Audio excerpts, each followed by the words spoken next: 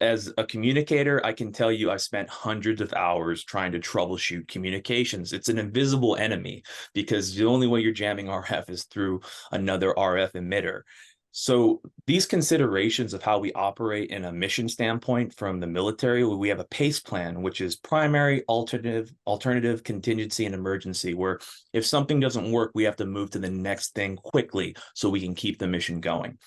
The challenges that you're seeing with a lot of these commercial or military drones is in the older days, you'd have a single frequency on a radio to command and control, and the enemy can identify that easily now within minutes. So being able to jam that is an easy thing to do.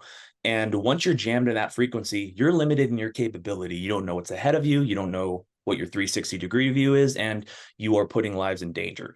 So with multi-band radios, that's a great way to kind of have that contingency plan of if I'm being jammed in frequency A, we can go to frequency B, C, or D.